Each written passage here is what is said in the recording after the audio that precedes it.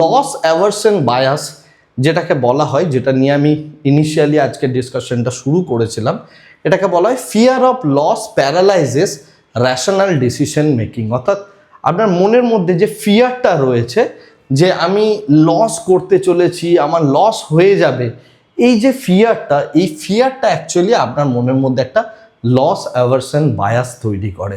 অর্থাৎ প্রত্যেকটা ট্রেড নিতে গিয়ে আপনি ভীষণ রকমের ফিয়ারফুল হয়ে যান।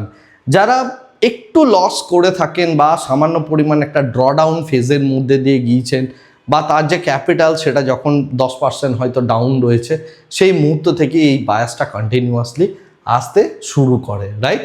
এবং যে কথাটা আমি বলছিলাম যে ইকুইভ্যালেন্ট অ্যামাউন্ট অফ গেন, অর্থাৎ 1 লক্ষ টাকার গেন আপনাকে যতটা না আনন্দ দেয়, 1 লক্ষ টাকার ক্ষতি আপনাকে তার ডাবল বা তারও বেশি আপনাকে দুঃখ দেয়। তো সেই কারণে এটা আসে হচ্ছে এই লস অ্যাভারশন যে বায়াস, সেই জায়গাটা থেকেই এই ফিলিংসটার জন্ম হতে শুরু করে ধীরে ধীরে ধীরে ধীরে। এবং এর যদি আমরা একটা রিয়েল মার্কেট এক্সাম্পল দেখি, এর রিয়েল মার্কেট এক্সাম্পল বা রিয়েল মার্কেটে অ্যাকচুয়ালি এর কি প্রভাব পড়ে সেটা যদি বলতে